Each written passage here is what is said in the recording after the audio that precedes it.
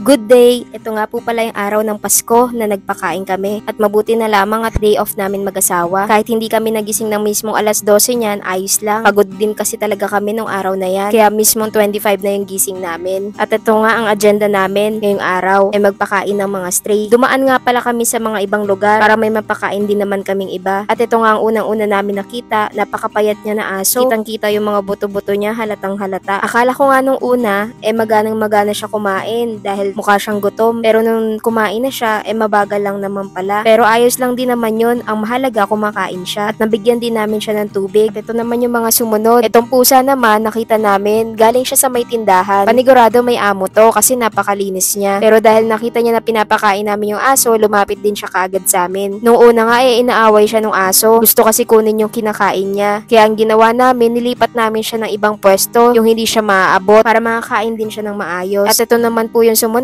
nakita lang namin siya nakatambay dun sa labas ng gate. Ang gana-gana nga niya kumain. May nakita nga kaming pusa niya ng kaso tumakbo. Kaya ang ginawa namin, binigay na lang din namin yung pagkain sa kanya at binigyan din namin siya ng tubig niya. Pagkatapos niya nga kumain, tumakbo na siya kagad paloob dun sa may skinita. At ito naman po yung pangatlo na pinakain namin. Nakakatuwa dahil maliliit pa silang mga kuting at kasama din nila yung nanay nila. At makikita mo may malasakit yung mga tao dito dahil ginawan pa talaga sila ng bahay-bahayan. Halata sa kanila yung gutom. Ginawa namin, pinagsama-sama namin na pakainin yung mga kuting at sa isang plato naman yung nanay nila para hindi rin sila manggulo. At binigyan namin sila ng punong tubig. Sana nga sa susunod madadnan pa namin sila at para mapakain pa namin. Pero nakarinig kami na merong tao rin pala na gustong ampunin sila. Thank you Lord dahil may mga tao pa rin talagang may malasakit talaga sa kanila. At hindi sila hayaan na mamuhay sa kalsada. At ito naman po yung si Monique, yung naiwan na lang po doon sa may pwesto ng MMDA. Tingnan nyo naman, napakaganda niya. Ang puti-puti at napaka-pinkish ng ilong. Maganda rin po ang mata niya. Napakalambing nga niyan, hindi yan nangaaway. Kasi kahit habang pinapakain namin yan, hinahawakan mo,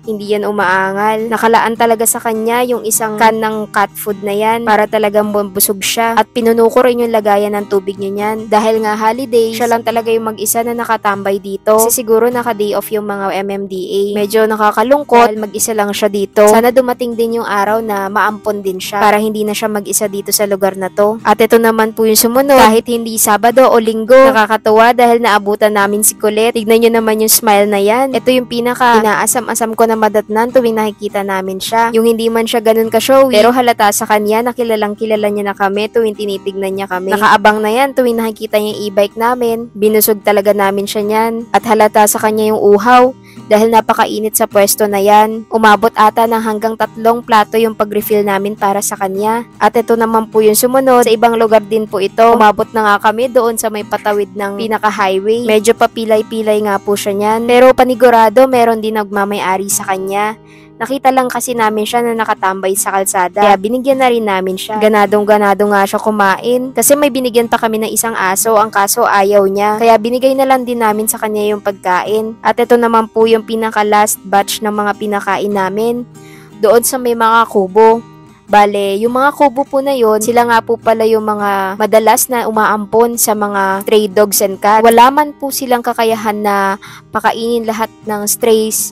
Pero yung malasakit nila na ampunin at patuloyin muna pansamantala sa mga bahay nila kahit na wala man silang maayos na tuluyan, pero yung kupkupin nila, napakalaking bagay po nun. Kung mapapansin nyo, yung iba nakatali dahil iniiwasan nga po nila na masagasaan yung mga aso. Kaya imbis na maggala-gala to, tinatali na lang po nila. Para sa akin, hindi po yun pagmamalupit sa mga hayop. Mas okay din po yun. Kasi hindi po maiwasan talaga na napakaraming namamatay po na aso at pusa sa kalsada na yon dahil nga po sa mga kaskasero. Hindi rin maiwasan na may mga aso't pusa talaga na palatawid. Kaya laking pasasalamat po talaga namin. Kundi dahil sa inyo, hindi po namin magagawa na pakainin silang lahat. Napakarami namin napakain ngayong araw na to. Isang malaking blessing po ito para sa amin at para sa kanila. Hindi man po ganun sobra-sobra yung napakain namin. Ang mahalaga kahit papano naramdaman nila na Pasko dahil nakakain sila ng masarap na pagkain. Hindi rin po kasi talaga namin natansyang mag-asawa na sobrang dami po pala nila doon. Kaya sa susunod, balak talaga namin na damihan pa talaga yung dala namin pagkain para talagang mabusog namin silang lahat. Kasi karamihan sa kanila mapapayat at talagang kitang-kita sa kanila yung gutom. Tignan nyo naman po kung gaano sila kadami. Naamoy pa lang nila yung mga dala namin pagkain, nagwawalaan na yan sila. panigurado dahil sa gutom. Halos lahat po ng canned food namin na dala niyan, naubos talaga. Nagpapasalamat din po pala kami dito kay kuya, kundi dahil sa kanya namatay na tong mga aso at pusa na to. Pero dahil sa pagmamalasakit niya, eto buhay pa rin sila. Siya po yung nagpapakain at kumukup-kup sa kanila. At ramdam na ramdam po namin yung pagmamalasakit niya at pagmamahal niya sa mga aso at pusa na to. Salamat po ulit sa inyong lahat sa pagsuporta, pagbigay ng stars, pag-comments, pag-like and share, pagtulong sa amin financially at pag-boost po sa amin, pag-share po sa amin. At advance Happy New Year po. Maraming salamat po.